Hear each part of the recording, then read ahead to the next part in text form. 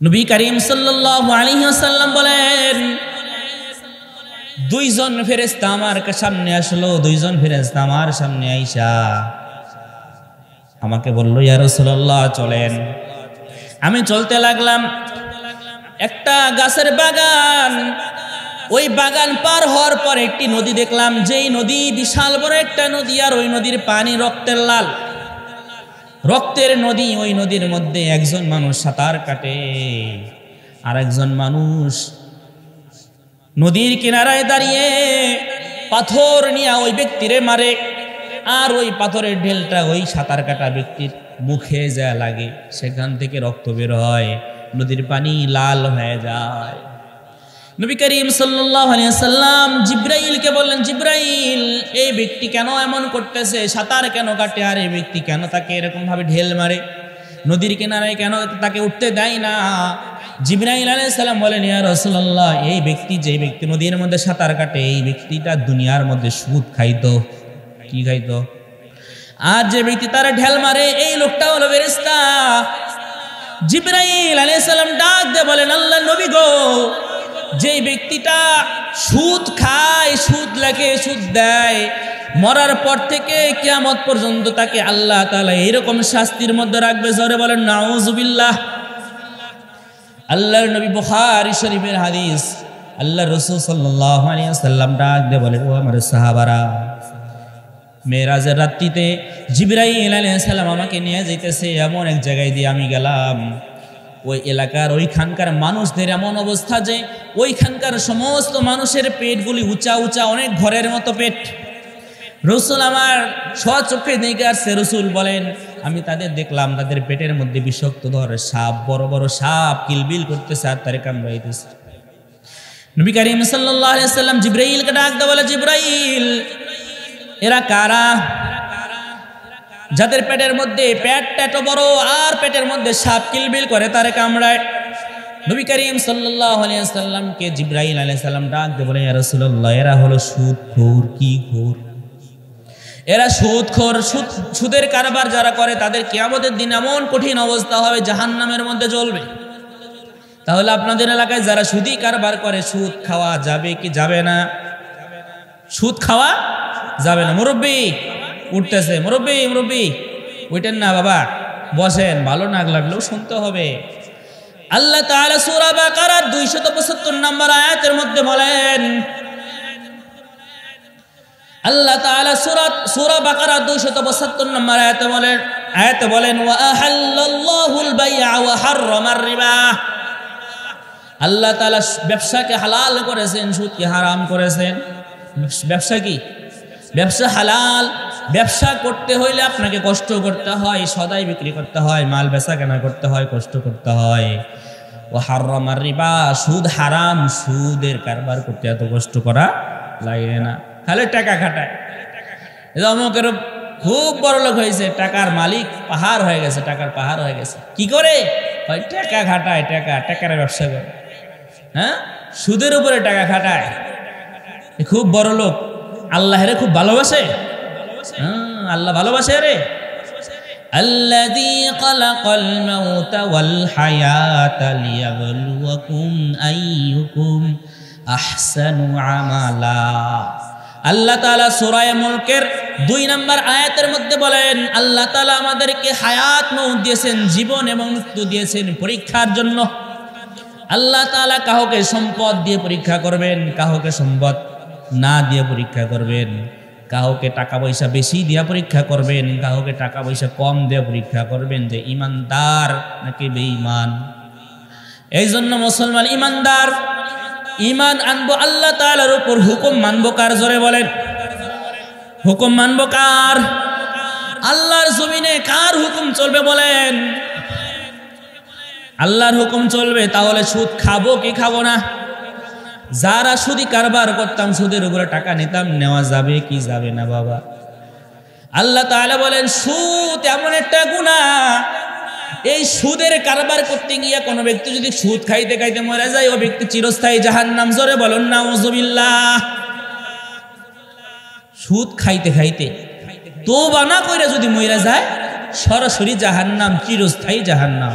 অথচ আল্লাহ রাসূল বলেন আন আবি হুরায়রা রাদিয়াল্লাহু তাআলা আনহু قال قال النبي صلى الله عليه وسلم হযরত আবু হুরায়রা রাদিয়াল্লাহু তাআলা আনহু থেকে বর্ণিত নবী করিম সাল্লাল্লাহু আলাইহি সাল্লাম বলেন মান ক্বালা লা ইলাহা ইল্লাল্লাহ ফাদাখালাল জান্নাহ জোরে বলেন সুবহানাল্লাহ আল্লাহ রাসূল বলেন মান ক্বালা লা ইলাহা ইল্লাল্লাহ যে ব্যক্তি একবার বলবে লা ইলাহা ইল্লাল্লাহ আল্লাহ ছাড়া কোনো মাবুদ নাই আল্লাহ তাকে জান্নাত দিয়ে দিবেন জোরে বলেন সুবহানাল্লাহ কিন্তু যে ব্যক্তি সুদ খায় এই সুদখোর যদি তওবা ছাড়া মইরা যায় বিনা হিসাবে চিরস্থায়ী জাহান্নাম এই জন্য মুসলমান আমরা যারা সুদের সাথে সম্পৃক্ত আজ থেকে তওবা করব কি করব না তওবা করবেন তো ইনশাআল্লাহ ভাইরে বাবারে অনেকে সুদের সাথে জড়িত বুঝা না বুঝা অভাবে বা স্বভাবে অভাবে বা স্বভাবে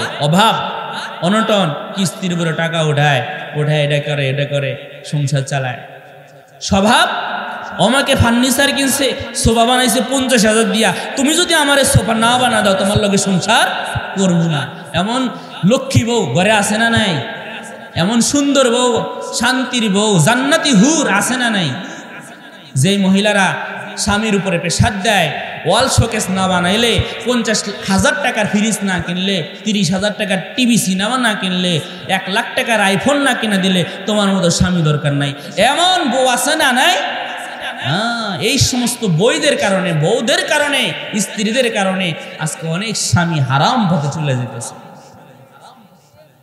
এই জন্য কেউ সুদ খায় অভাবে কেউ সুদ খায় স্বভাবে কিসে খায় কারো অভাব কারো স্বভাব দুইটাই জাহান্নাম দুইটাই কি এই জন্য মুসলমান অভাবে ওষুধ খাওয়া যাবে না স্বভাবে ওষুধ খাওয়া যাবে না আল্লাহ তাআলা বলেন ওয়া আহাল্লাল্লাহুল বাইআ ওয়া হাররামার রিবা আল্লাহ তাআলা ব্যবসাকে হালাল করেছেন সুদকে হারাম করেছেন আল্লাহ তাআলা আপনাকে টাকা পয়সা দিবেন কম আপনি হালাল ভাবে জীবন যাপন করেন এর মধ্যে আল্লাহ বরকত দিবে আর যারা সুদের উপরে লোন তোলে কিস্তি তোলে টাকা খাটায় যারা কিস্তির উপরে টাকা নেয় ওদের সংসারে কোনো শান্তি নাই ওদের সংসারেও শান্তি নাই চলতে ফিরতে কিস্তির তাগাদা এই সপ্তাহে কিস্তি দিতে হবে ওই সপ্তাহে কিস্তি দিতে হবে খাবার নাই তারপরেও কিস্তি দিতে হবে এমন আছে না নাই এই জন্য মা বোনরা যারা আমার কথা বলে যাদের কানে যাইতেছে দয়া করে আপনাদের স্বামীর উপরে কখনো হারাম কামাইয়ের জন্য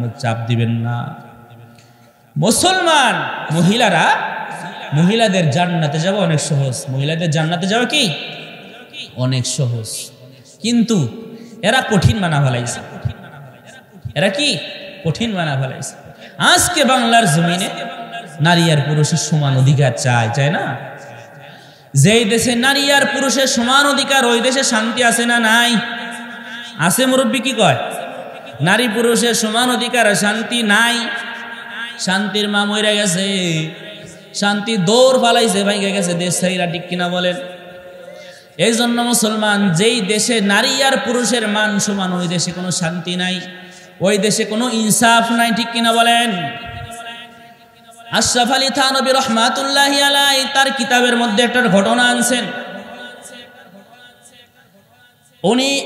উনি তার কিতাবের মধ্যে ঘটনা আনছেন একজন পীর সাহেব তার মুরিদকে নিয়ে গেছে মুরিদকে নিয়ে যাইয়া এক দেশে চলে গেছে ওই দেশে ঘির দাম আর তেলের দাম সমান কিসের দাম ঘির দাম আর ঘিয়ের তেলের দাম সমান আমরা তেল কিনি কয় টাকা লিটার হ্যাঁ 200 টাকা লিটার আর ঘি 1300 টাকা কেজি তাই না কিন্তু ওই দেশে তেলের দাম আর ঘিয়ের দাম সমান আশরাফ আলী থানভী রাহমাতুল্লাহি আলাইহি বলেন যে দেশে তেলের দাম আর ঘিয়ের দাম সমান ওই দেশে ইনসাফ নাই ঠিক কিনা বলেন কিন্তু তার খাদেম বলতেছে না হুজুর এবার ঘি খায়া মোটা হয়ে যাবো চিকন মানুষ কি মানুষ চিকন মানুষ কয় না হুজুর ঘি খায়া মোটা হয়ে যাবো এবার পীর সাহেব বলে খবরদার যদি ঘি খায়া মোটা হয়ে যাও বিপদে পড়বা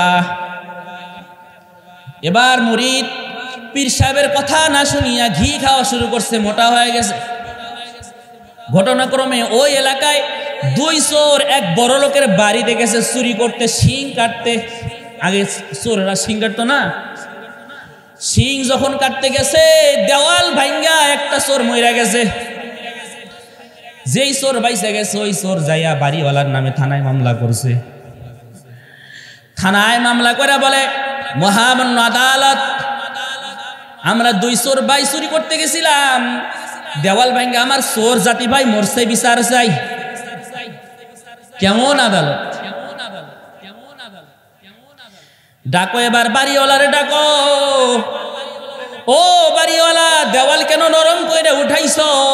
এবার তোর ফাঁসি হবে, কারণ তোর বাড়ির শিং কাটতে গিয়ে আর তোর ঘরের দেওয়াল ভাঙ্গে আর একজন চোর মরছে, এই জন্য তোমার ফাঁসি। কেমন আদালত?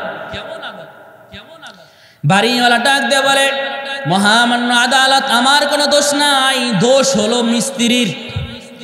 ওই মিস্ত্রি নরম করে দেওয়াল উঠাইছে। যা মালিক, তোরে এবার খালাস। মিস্ত্রি রে ডাক দিছে, মিস্ত্রি, এ মিস্ত্রি, তুই কেন দেওয়ালটা নরম করে উঠাস? এবার তোর ফাঁসি হবে। মিস্ত্রি ডাক দে বলে, মহামান্য আদালত, আমার কোনো দোষ নাই, দোষ হলো যোগালির। যা মিস্ত্রি, তোরে খালাস। এ যোগালি, তুই কেন পানি বেশি দিছ? এই জন্য তোর ফাঁসি হবে। যোগালি ডাক দেয়, কয়, মহামান্য আদালত, আমার কোনো দোষ নাই, দোষ হলো হাতিওয়ালার। কেন? কয়, আমি যখন পানি দিতে লাগছি বালুর মধ্যে তখন হাতিতে দৌড় মারছে, এই জন্য পানি বেশি পড়ে গেছে। কয়, যা এবার তোরেও খালাস। হাতিওয়ালারে ডাক। হাতিওয়ালারে ডাইকে আনছে। ও হাতিওয়ালা, তোমার হাতি নিয়ে কেন দৌড় মারছো? কয়, আমার কোনো দোষ নাই, দোষ হলো ওই মহিলা স্বর্ণের ঝনঝনি মার্কা একটা নুপুর পইরা হাঁটতেছিল, সেই ঝনঝনির আওয়াজে আমার হাতি দৌড় মারছে। এবার বলতেছে, হাতিওয়ালা তুই খালাস, এবার ফাঁসি হবে মহিলার।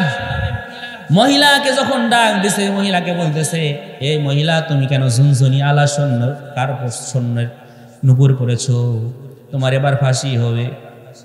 মহিলা এবার ডাক দে বলে, মহামান্য আদালত, আমার কোনো দোষ নাই, দোষ হলো স্বর্ণকার ঝুনঝুনিওয়ালা নুপুর বানাইছে।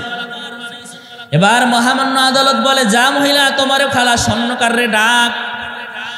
স্বর্ণকার রে ডাইকা বলে, এ স্বর্ণকার, তুমি কেন ঝুনঝুনিওয়ালা নুপুর বানাইছো? এবার তোমার ফাঁসি হবে। স্বর্ণকারের মুখে আর কোনো কথা নাই।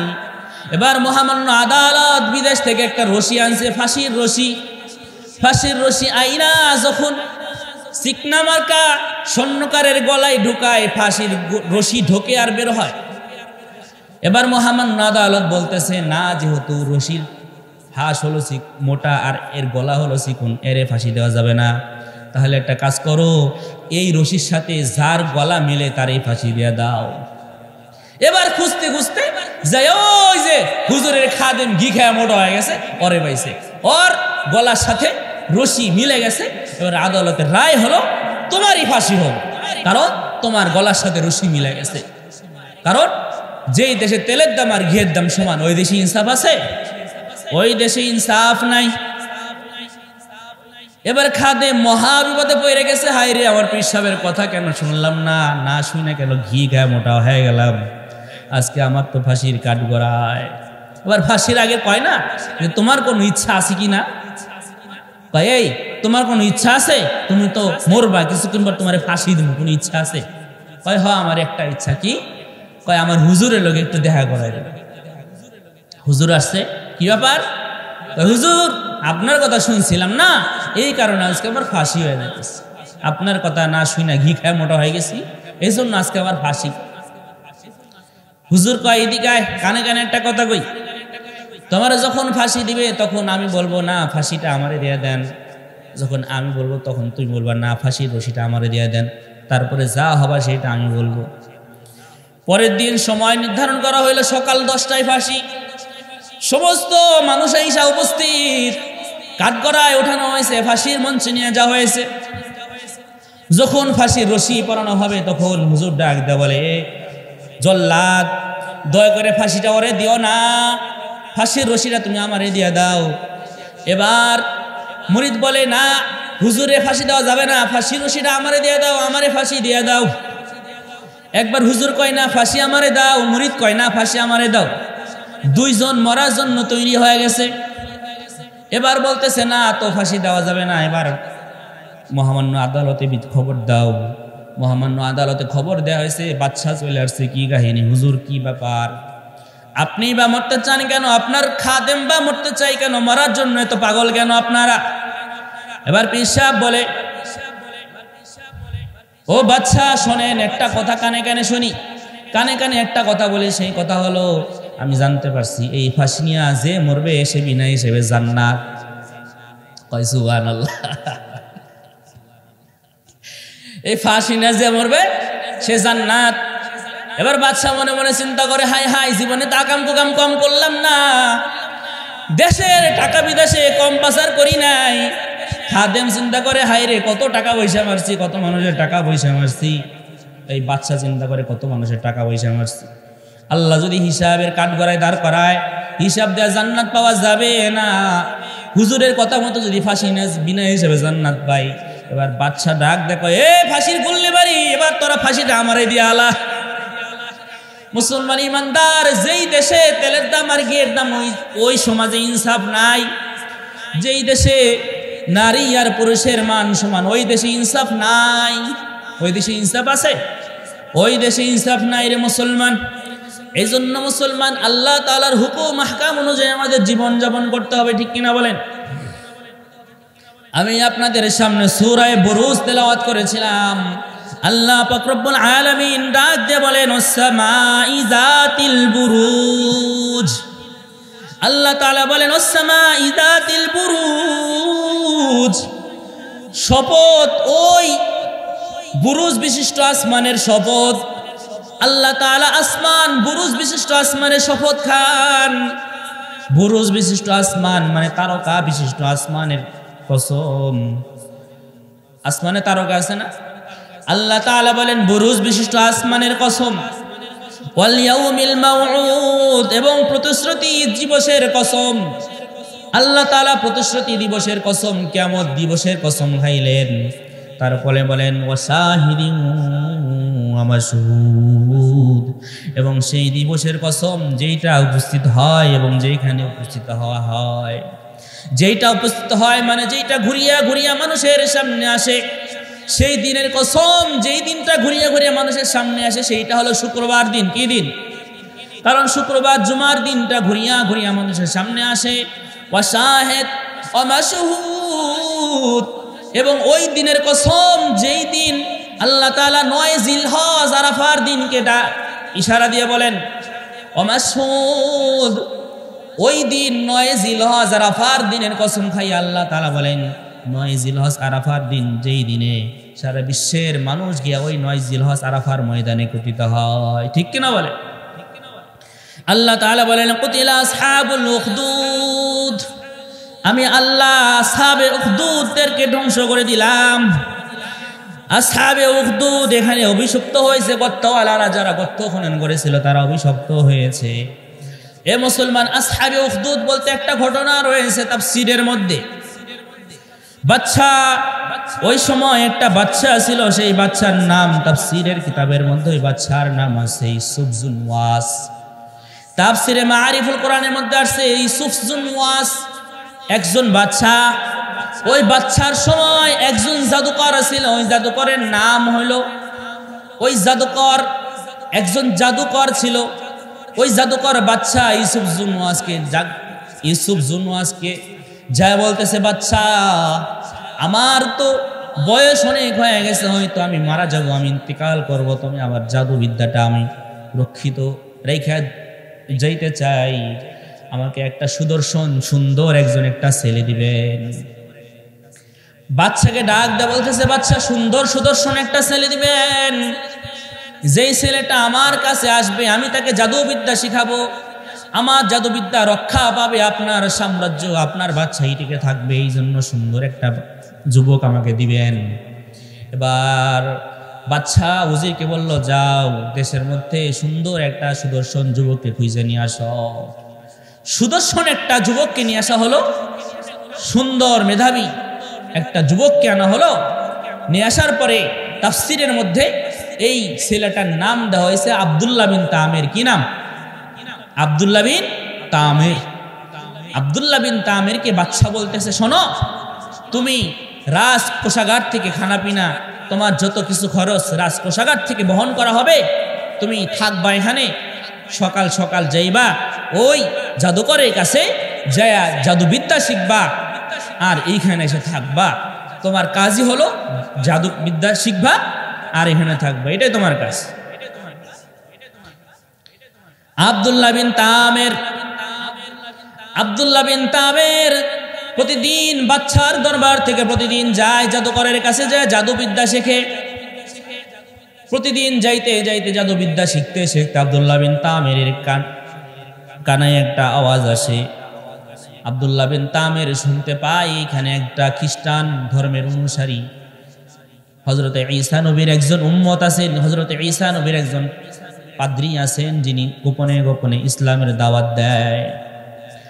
আব্দুল্লাহ বিন তামের ওই পাদ্রীর কাছে যায়, গোপনে গোপনে ইসলামও শেখে, ওইদিকে যায় জাদুবিদ্যা শেখে, আবার এইদিকেও কি শেখে, ইসলাম শেখে, ইসলাম চর্চা করে।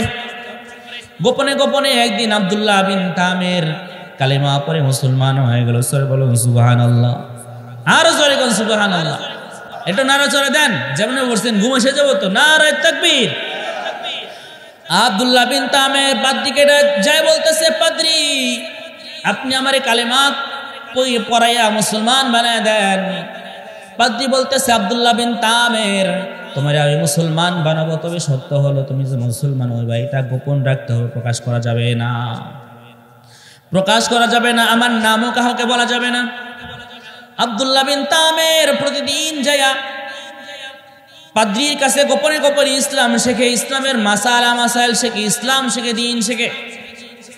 আব্দুল্লাহ বিন তামের হঠাৎ করে একদিন আব্দুল্লাহ বিন তামের রাস্তা দিয়ে যাইতেছে, যাওয়ার সময় দেখে রাস্তার মধ্যে একটা বিশাল একটা সাপ ফেনা তৈলে রয়েছে, মানুষজন জমা হয়ে রয়েছে, রাস্তা পার হইতে পারতেছে না। আব্দুল্লাহ বিন তামের একটা হাতে একটা পাথর নিচে, পাথরের টুকরা নিয়া বিসমিল্লাহির রহমানির রহিম বইলা যখন সাপের দিকে মারছে, সঙ্গে সঙ্গে সাপটা মারা যায়। সুবহানাল্লাহ বলেন। বিসমিল্লাহ বইলা পাথর মারার সঙ্গে সঙ্গে সাপটা মারা যায়। এরকম ভাবে কিছুদিন যাওয়ার পর আবার রাস্তার মধ্যে দেখে অনেকগুলো মানুষ একত্রিত হয়ে রয়েছে। আব্দুল্লাহ বিন তামের সামনে গেছেন, যায় দেখেন অনেকগুলো মানুষ একত্রিত হয়ে রয়েছেন আতঙ্কে, কারণ সামনে একটা বাঘ। এই বাঘের কারণে ওই পাশের মানুষ এই পাশে আসতেছে না, এই পাশের মানুষ ওই পাশে যাইতে পারতেছে না। এবার আব্দুল্লাহ বিন তামের বিসমিল্লাহির রহমানির রহিম বইলা একটা ঢেল নিয়া বাঘকে যখন মারছে, সঙ্গে সঙ্গে বাঘটা মারা যায়। জোরে বলুন সুবহানাল্লাহ। এলাকার মধ্যে শোরগোল পড়ে গেছে। কুষ্ঠরোগী আইসা আব্দুল্লাহ বিন তামেরকে বলে, আব্দুল্লাহ বিন তামের আমার কুষ্ঠরোগীটা একটু সেরা দাও। আব্দুল্লাহ বিন তামের বিসমিল্লাহির রহমানির রহিম কইরা আল্লাহর নামে ফু দেয়, কুষ্ঠরোগ ভালো হয়ে যায়। জ্বর আলা ব্যক্তি জ্বর নিয়ে আসছে, এত জ্বর গা পড়ে যায়। আইসা আব্দুল্লাহ বিন তামের সঙ্গে কাছে আইসা বলে, আব্দুল্লাহ বিন তামের জ্বরটা সেরে দাও। আব্দুল্লাহ বিন তামের ফু দেয় বিসমিল্লাহ বইলা, জ্বর সেরে যায়। এক অন্ধ আব্দুল্লাহ বিন তামের কাছে যায় বলতেছে, আব্দুল্লাহ বিন তামের আমি তো অন্ধ, আমার চোখটা একটু ভালো করে দাও না। আল্লাহর নামে ওই অন্ধ ব্যক্তি চোখের উপরে আঙ্গুল মারছে, চোখ ভালো হয়ে গেছে। আরো জোরে বলুন সুবহানাল্লাহ। কি পরিমাণ ঈমান আব্দুল্লাহ বিন তামের। এই খবর একদিন উজির জানতে পারল। বাদশার দরবারের উজির যখন জানতে পারছে, উজিরও ছিল অন্ধ, উজিরও আব্দুল্লাহ বিন তামেরকে যা বলতেছে, আব্দুল্লাহ বিন তামের আমার চোখ তো অন্ধ, দয়া করে তুমি আমার চোখটা ভালো করে দাও। আব্দুল্লাহ বিন তামের ডাক দিয়ে বলে, উজির তোমার চোখ ভালো করব, তবে শর্ত হলো এই কথা কাউকে বলতে পারবা না, ঈমান আনতে হবে। হ্যাঁ ঈমান আনলাম। এবার আব্দুল্লাহ বিন তামের উজিরের চোখটা বিসমিল্লাহ বইলা ভালো করেছে। সুবহানাল্লাহ জোরে বলেন। বাচ্চা দেখের কেরে হুজির তোমার চোখকে ভালো করলো, তুমি তো অন্ধ ছিলা, তুমি তো চোখে দেখতে পারতা না, তোমার চোখকে ভালো করলো। হুজির নাম বলতে চায় না। হুজিরকে এবার কারাগারে বন্দি করা হইল। চাবুক দিয়ে যখন হুজিরের উপরে আঘাতের পর আঘাত করা হইল, উজির এবার নাম বলে দেয়, বলে আমার চোখ ভালো করছে আব্দুল্লাহ বিন তামির। কে ভালো করছে? আব্দুল্লাহ বিন তামির। তাফসীরের মধ্যে ঘটনা আসছে সূরা বুরুজে, যে আব্দুল্লাহ বিন তামিরকে বাদশার দরবারে উপস্থিত করা হইল। এই আব্দুল্লাহ, এত বড় শক্তি পাইলা কই? এত বড় শক্তি কই পাইলা? যে শক্তি দিয়া কি শিখছো? কি এমন জাদু শিখছো যে এটা দিয়া তুমি চোখ ভালো করে দাও, অন্ধর দৃষ্টি ফিরে দাও? তখন আব্দুল্লাহ বিন তামির বলতেছেন, শোনো, আমি কোনো জাদু না, আমি আল্লাহর উপর ঈমান আনছি, এক আল্লাহর উপর ঈমান আনছি, ওই আল্লাহর নামে আমি চোখ ভালো করে দিছি। জোরে কোন সুবহানাল্লাহ। ওই আল্লাহর উপর ঈমান এনেছি।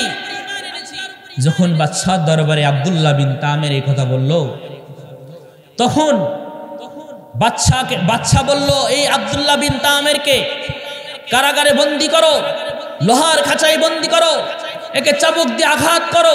কেন? সে আল্লাহর উপর ঈমান আনলো। জোরে বলেন নাউজুবিল্লাহ। আব্দুল্লাহ বিন তামিরকে আঘাতের পর আঘাত করা হয়। আব্দুল্লাহ বিন তামির ঈমান ছাড়ে না। উজিরকে বলা হইল, এ উজির, ঈমান ছাড়। কয় না, ঈমান ছাড়বো না, জান চলে যেতে পারে, ঈমান ছাড়বো না। উজিরকে শহীদ করা হইল। আব্দুল্লাহ বিন তামিরকে মারতেছে আর বলে, আব্দুল্লাহ, তোরে তো পাঠাইছিলাম ওই যে জাদুকরের কাছে জাদুবিদ্যা শেখানোর জন্য। তুমি কিভাবে ঈমানের সন্ধান পাইলা? এক আল্লাহর তাওহীদের সন্ধান কিভাবে পাইলা? আব্দুল্লাহ বিন তামির নাম বলতে চাই না। যখন অসহ্য হয়ে গেছে, তখন আব্দুল্লাহ বিন তামির এবার ওই পাদ্রীর নাম বলে দেয়। পাদ্রীকে যখন নিয়ে আসা হয়, ধৈর্য নিয়ে আসা শিকলের লোহার শিকল দিয়ে বন্দী করা হইল। উজিরকে মারতেছে, সেই পাদ্রীকেও মারতেছে, মারতে মারতে ওই পাদ্রীকেও শহীদ করে ফেলাইল। আব্দুল্লাহ বিন তামিরকে বলা হইল, আব্দুল্লাহ বিন তামির, ঈমান ছাড়, যদি ঈমান না ছাড়তে পারো তোমাকেও কিন্তু এরকম ভাবে শহীদ করা হবে। আব্দুল্লাহ বিন তামির ডাক দিয়ে বলে, বেঈমানের দল, জান চলে যেতে পারে, আমি আল্লাহর ঈমান ছাড়বো না। জোরে বলুন সুবহানাল্লাহ। এবার বাদশা ডাক দিয়ে বলে, আমার সৈন্যরা যারা আছে, আব্দুল্লাহ বিন তামির রে হাত পা বাইধা নিয়ে যাও, ওই উঁচা পাহাড়ের উপর থেকে আব্দুল্লাহ বিন তামির রে ছাইরা দিবা, মইরা যাইব। আব্দুল্লাহ বিন তামিরের হাত পা রশি দিয়া বাঁধা হইল, চোখ বাঁধা হইল। অনেক উঁচা পাহাড়ে যখন নিয়ে যাবে, যখন ফেলবে, আব্দুল্লাহ বিন তামির আল্লাহ তাআলার কাছে দোয়া করছে, আল্লাহ তুমি আমার হেফাজত করবা। আব্দুল্লাহ বিন তামির যখন আল্লাহর কাছে দোয়া করছে, আল্লাহ তুমি আমার হেফাজত করবা, তাফসীরের মধ্যে ঘটনা আছে, সঙ্গে সঙ্গে আব্দুল্লাহ বিন তামিরকে আল্লাহ হেফাজত করেছেন। আর আব্দুল্লাহ বিন তামিরকে যারা পাহাড় থেকে মারতে ফালাইয়া দিতে চাইছিল, তারা পাহাড় থেকে পইরা সবাই মরে গেছে। জোরে বলুন সুবহানাল্লাহ। আব্দুল্লাহ বিন তামির ঘুইরা ঘুইরা আবার রাজার দরবারে উপস্থিত। কিরে আব্দুল্লাহ, এত সৈন্য দিয়া পাঠাইলাম, তারা কই? কই তারা সব মরে গেছে, আল্লাহ আমারে ফিরে আনছে। জোরে কোন আল্লাহু আকবার, নারায়ে তাকবীর, আল্লাহু আকবার। আল কোরআনের আলো, হ্যাঁ ভুল ভুল, আল কোরআনের আলো অন্তরে জালো। কোথায় জ্বলবে? ঘরের মধ্যে কোরআন শরীফ কয় মাস হলো পড়েন না? এই যে বাপ মরছে, দাদা মরছে, দাদি মরছে, তখন পড়ছেন, তারপরে আর ধরেনও না। হ্যাঁ, কোরআন তো ঘরের মধ্যে রয়েছে, কিন্তু অন্তরে নাই। কোথায় নাই? অন্তরের মধ্যে কোরআন নাই। এই জন্য স্লোগান হবে আল কোরআনের আলো অন্তরে জালো। জোরে কাও, আল কোরআনের আলো, আল কোরআনের আলো, আল হাদিসের আলো। আব্দুল্লাহ বিন তামিরকে এবার বাদশা বলতেছে, আব্দুল্লাহ বিন তামির এবার সৈন্যকে বলতেছে, সৈন্যরা আব্দুল্লাহ বিন তামিরের হাত পা রশিদা বাঁধো, বাইধা এবার একটা কাজ করো, গভীর সমুদ্রের মধ্যে নিয়ে যাও। সমুদ্রের মধ্যে যখন তুফান উঠবে, সেই তুফানের মধ্যে আব্দুল্লাহ বিন তামির রে ছাইরে দিবে, আব্দুল্লাহ বিন তামির মারা যাবে। বিশাল বড় একটা জাহাজ ঠিক করা হইল, অনেক সৈন্যবাহিনী অশ্ব সজ্জিত। আব্দুল্লাহ বিন তামেরের হাত পা বাইদা যখন সমুদ্রের মধ্যে নিয়ে গেছে, আব্দুল্লাহ বিন তামের আল্লাহ তাআলার কাছে দোয়া করছে, আল্লাহ তুমি আমার ইবাদত করবা। আব্দুল্লাহ বিন তামেরকে আল্লাহ তাআলা ঘোষণা দেয়, এ সমুদ্রের পানি, আব্দুল্লাহর সঙ্গে যে সমস্ত সৈন্যরা আসছে তাদেরকে সবাই রে সমুদ্রের গহীনে নিয়ে যাও, আর আব্দুল্লাহ বিন তামেরকে নদীর কিনারায় পৌঁছায় দাও। জোরে বলেন আল্লাহু আকবার। আব্দুল্লাহ বিন তামের আবার বাদশার দরবারে হাজির। কি ব্যাপার আব্দুল্লাহ, তোর সঙ্গে যে সৈন্যবাহিনীগুলা পাঠাইলাম সেই সৈন্যবাহিনীগুলা কই? আব্দুল্লাহ বিন তামের ডাক দেয়া বলে, তারা সব মরছে, আমার আল্লাহ আমারে বাঁচায় রাখছে। জোরে বলেন সুবহানাল্লাহ। अल्लाह अल्लाह क्या मुबारक नाम है, अल्लाह अल्लाह आशिकों का कम है, अल्लाह अल्लाह तू मेरा गफ्फार है, अल्लाह अल्लाह तू मेरा सत्तार है। আব্দুল্লাহ বিন তামের এবার বলতেছে, বাদশাহ আমি আব্দুল্লাহ বিন তামেরকে মারা এত সহজ না। আমি আব্দুল্লাহ বিন তামেরকে যদি মারতে চাও তাহলে একটা আমি যেভাবে বলি সেভাবে চলতে হবে। কিভাবে?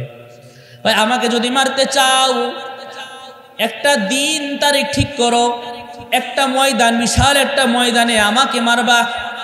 তবে সত্য হলো ওই মহল্লার তোমার রাজ্যে যত মানুষ আছে সমস্ত মানুষকে নিয়ে ওই ময়দানে উপস্থিত হইতে হবে। আব্দুল্লাহ বিন তামেরের কথা অনুযায়ী বাদশা তার রাজ্যের সমস্ত মানুষকে যখন এলান করলো, সমস্ত মানুষ ময়দানের মধ্যে আসলো, লক্ষ লক্ষ মানুষ চতুর্পাশে দাঁড়িয়ে রয়েছে। আব্দুল্লাহ বিন তামের বলতেছে, বাদশা আমাকে মারবা, তবে সত্য হলো দেখো আমাকে যখন মারবা তখন এই দোয়া করে বলবা, বিসমিল্লাহি রব্বিল গুলাম। এই দোয়া পইরা আমারে যখন মারবা তখন আমি মরবো, এর আগে আমি আব্দুল্লাহকে মারতে পারবা না।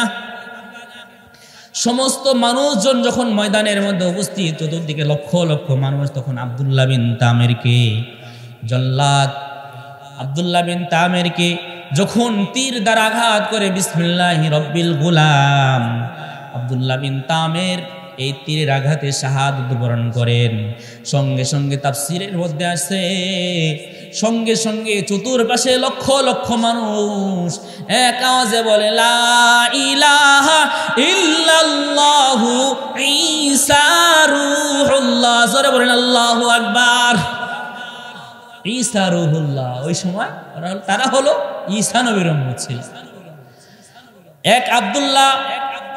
এক ইমানদার আব্দুল্লাহকে মারতে গিয়া লক্ষ লক্ষ মানুষ কালেমা আনছে। জোরে বলেন সুবহানাল্লাহ। তাহলে আব্দুল্লাহর এই শাহাদাত এটা সাকসেসফুল হয়েছে কি হয় না? হ্যাঁ, এক আব্দুল্লাহরে শহীদ করেছে লক্ষ লক্ষ মানুষ। ওই বাদশার রাজ্যে যত মানুষ ছিল সবাই কালেমা পড়ে মুসলমান হয়ে গেছে। বাদশা ডাক দেখো এক আব্দুল্লাহরে থামাই দিয়া লক্ষ লক্ষ আব্দুল্লাহ দাঁড়ায় গেছে, আমি শেষ। মুসলমান ইমানদার তাফসীরের কিতাবের মধ্যে ঘটনা আসছে, কুতিলা আসহাবুল উখদুদ। আমি আল্লাহ পরীক্ষা খননকারীদেরকে ধ্বংস করলাম। এবার বাদশা তার সৈন্যদেরকে বলতেছে, বিশাল বড় গর্ত খনন করবা। এবার যখন গর্ত খনন করা হইল, গর্ত খনন করার পর গর্তের মধ্যে আগুন জ্বালানো হলো। যখন দাও দাও করে আগুন জ্বলে, বাদশা বলতেছে, সমস্ত মানুষদের যারা ঈমান আনছে এদেরকে নিয়ে আগুনের মধ্যে ফালাইয়া দিবা। এই জন্য যারা ঈমান আনছিল সমস্ত ঈমানদেরকে ধৈর্য ধৈর্য আইনা আইনা ওই আগুনের মধ্যে ফালাইছে। আর ওই আগুনের মধ্যে যারা পড়ছে, মূলত ওটা তো আগুন না, ওইটা জান্নাত। সুবহানাল্লাহ।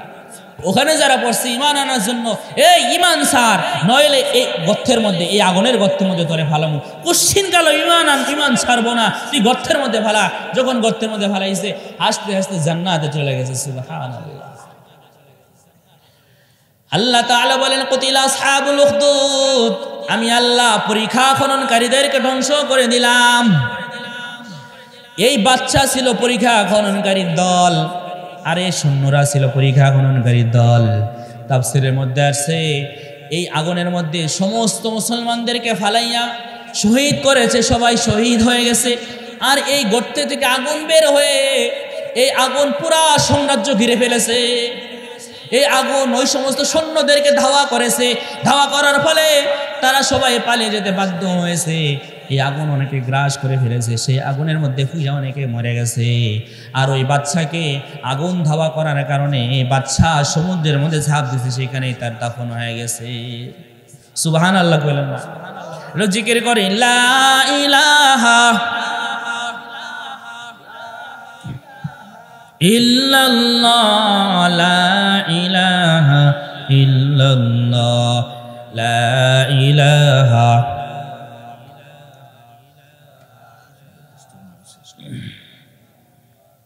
লা ইলাহা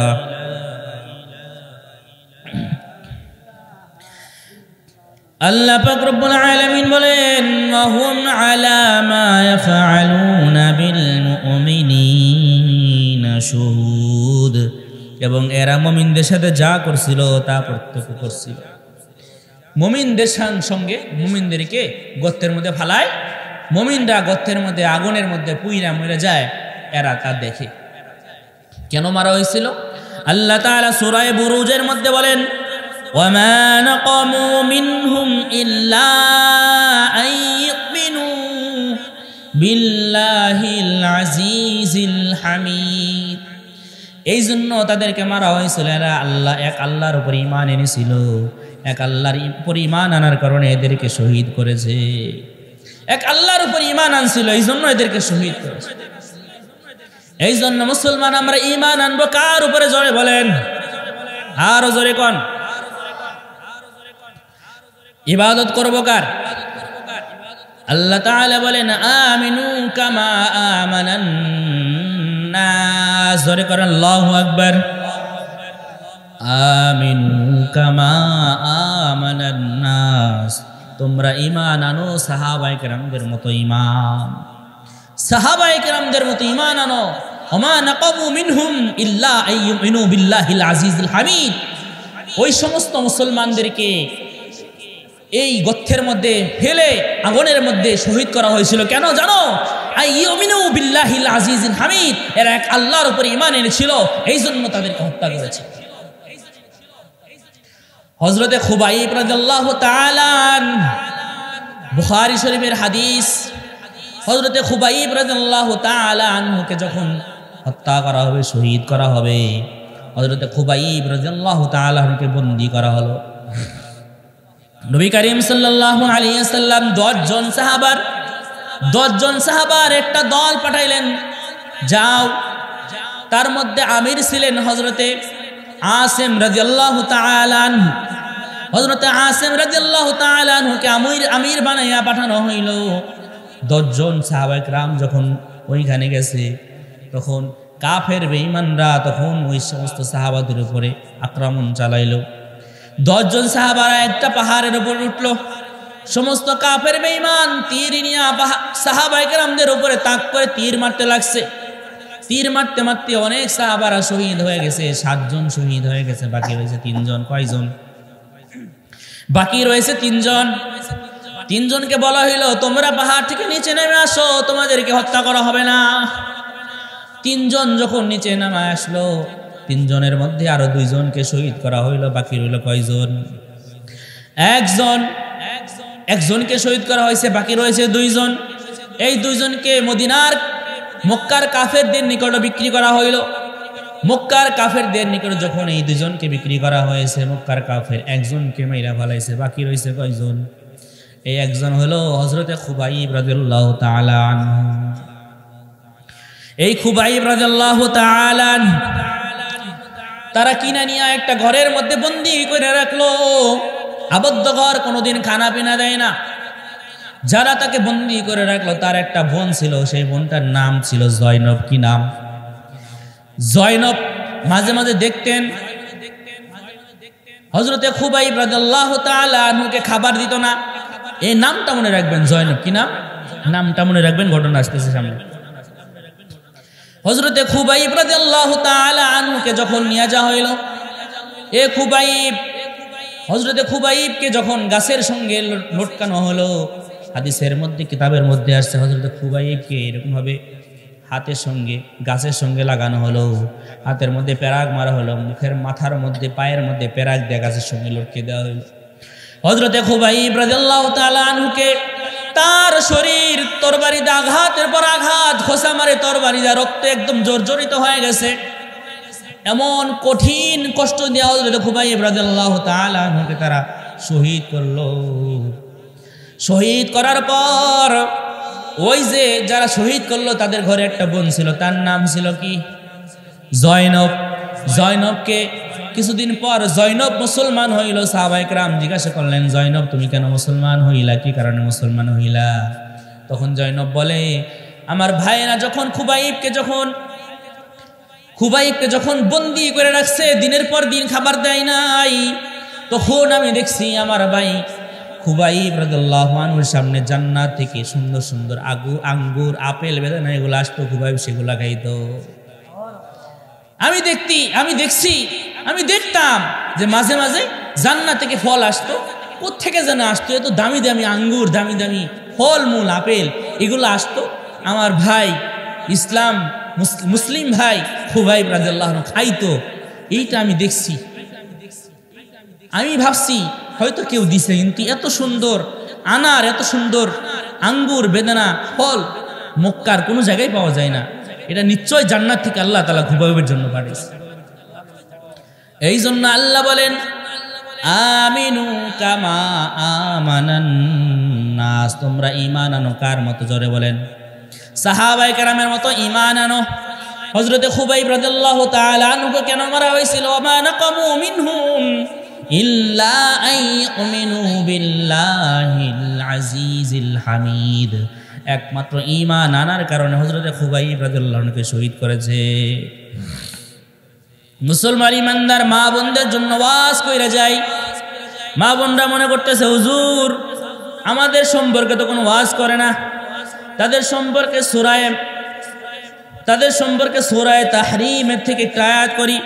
আল্লাহ তাআলা বলেন, ওয়াজারাবাল্লাহু মাসালাল্লাযীনা আমানু ইমরাআত ফিরআউন إذ قالت رب ابن لي عندك بيتا في الجنة ونجني من فرعون وعمله ونجني من القوم الظالمين الله أكبر বলেন ونجني من فرعون وعمله ونجني من القوم الظالمين। এ মুসলমান ইমানদার, ঈমান আনার কারণে ফিরআউন তার স্ত্রী আসিয়ার উপরে কম নির্যাতন করেন নাই। ফিরআউনের স্ত্রীর নাম ছিল কি বলেন? হযরতে আসিয়া। ফিরআউন মার্কার স্বামীর ঘরে উঠাইকে আল্লাহর ইবাদত করত, ঠিক কি না? ফিরআউন মার্কার স্বামী পাইছে। এই যুবক ভাই এখানে আইসো রে বাবা, সামনে আইসো বসো, আসো আবার উল্টা বাইরে চলে যাও না, সামনে আসো, জিকির করেন লা ইলাহা ইল্লাল্লাহ। কয়টা আছে? আর একটা ভাইগা গেছে। হাই এই বসো, তোমাদের ওয়াজ আছে, যুবকদের টক ঝাল মিষ্টি আছে, দিমু সামনে। লা ইলাহা ইল্লাল্লাহু মুহাম্মাদুর রাসূলুল্লাহ। ফিরআউন মার্কা স্বামী পাইয়া হযরতে আসিয়া আল্লাহরে বলে নাই।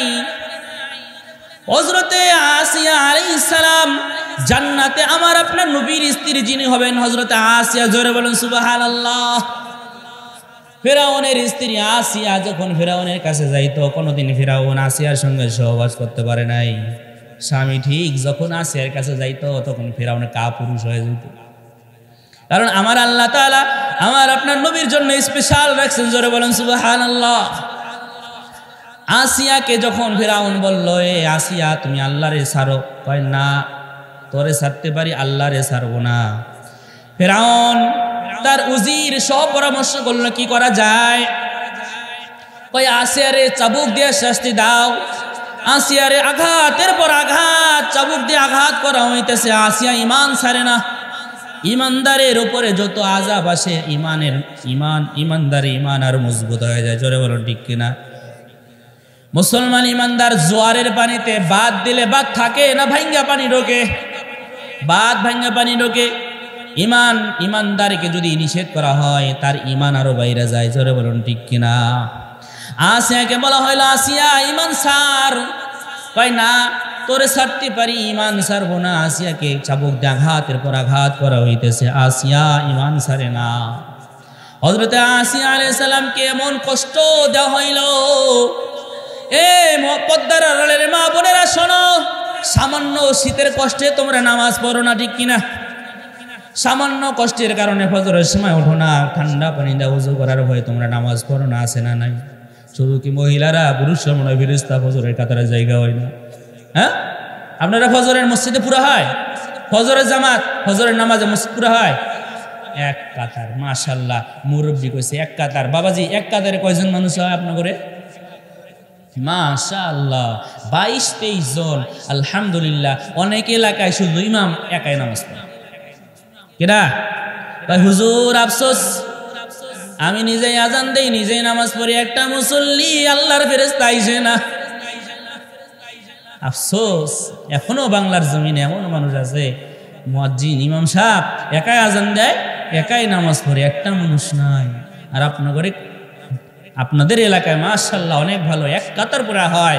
তো আজকের এই মাহফিলের পর থেকে পুরা মসজিদ পুরা করব ইনশাআল্লাহ, নিয়ত আছে তো? হাত উঠান, নারায়ে তাকবীর।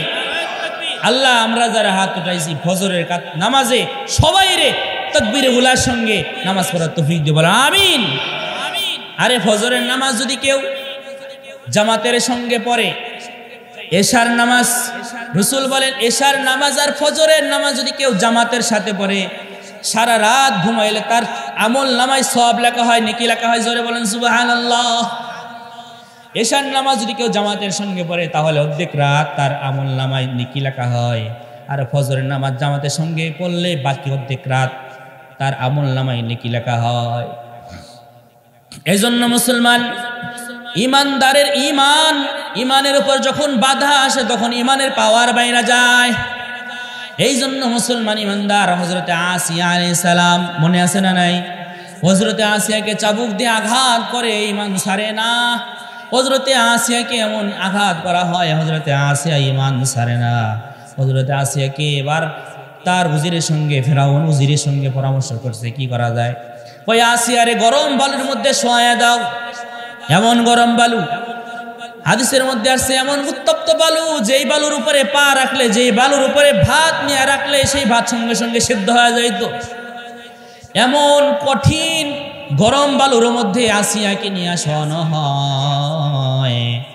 আসিয়া এমন কষ্ট আসিয়াকে দেওয়া হয়। তাফসীরের মধ্যে আসছে হযরতে আসিয়া রাদিয়াল্লাহু, হযরতে আসিয়া আলাইহিস সালাম কেমন কষ্ট দেওয়া হয়। জমিনের মধ্যে শোয়াইয়া আসিয়ার হাত পায়ের উপরে পেরেক মাইরা জমিনের মধ্যে শোয়া দেয়। তাফসীরের মধ্যে ঘটনা আসছে রে মুসলমান। প্রধান বক্তা এসে গেছে, সংক্ষিপ্ত করতেছি রে মুসলমান। এ মুসলমান ইমানদার, হযরতে আসিয়ার শরীরের চামড়াগুলি একদম ছুরি দ্বারা একদম খোলা হইল। শরীরের চামড়াগুলি খুলিয়া হযরতে আসিয়ার জন্য একটা গর্ত করছে, সেই গর্তের মধ্যে আগুন জ্বালাইছে, সেই গর্তের মধ্যে ফেলাবে। আমার আল্লাহ তাআলার কাছে হযরতে আসিয়া ডাক দিয়ে বলেন, আল্লাহ, ইয ক্বালাত রাব্বি ইবনিলি ইনদাকা বাইতান ফিল জান্নাহ ওয়া নাজ্জিনি মিন ফিরআউনা ওয়া আমালিহি ওয়া নাজ্জিনি মিনাল কওমিজ যালিমিন। আল্লাহ হযরতে আসিয়া ইয ক্বালাত রাব্বি, হযরতে আসিয়া ডাক দে বলে, ইয়া রব্বুল আলামিন, তোমার ঘরের পাশে আমার জন্য একটা ঘর বানিয়ে দিও। জোরে বলেন সুবহানাল্লাহ।